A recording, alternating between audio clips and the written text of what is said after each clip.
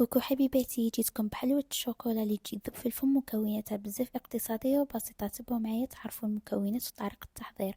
أول حاجة عندنا هنايا 250 غرام زبدة، نزيدو معاها 80 غرام تاع السكر جلاسي ومغرفة كبيرة تاع السكر العادي، ونزيدو لهم 2 مغارف كبار تاع الزيت.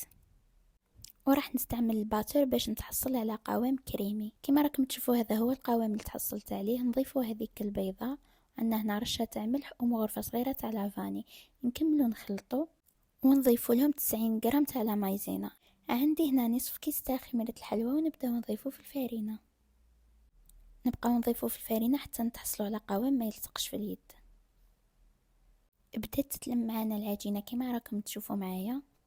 هنا نحبسو ما نزيدوش نضيفوا الفارينة، وشوفوا العجينة اللي تحصلنا عليها بعد ما لميناها. نروح نشكل الحبات بهذه الطريقة. تحبوا توزنوهم ولا ديروهم بيديكم، انا درتهم كامل بيدي بهذه الطريقة. هذاك الوسط هو اللي رايحين نديرو فيه الشوكولا وندخلوهم يطيبوا على 180 درجة. ما حمرناهمش بزاف بصح راهم طايبين كما راكم تشوفوهم لتحت. نخليهم يبردوا شوية ونديرو عليهم سكر جلاسي. بعد ما درت عليهم كامل السكر نروح نذوب الشوكولا ونجي نعمرهم في الوسط. وهاي لكم الحبة كيفاش خرجت.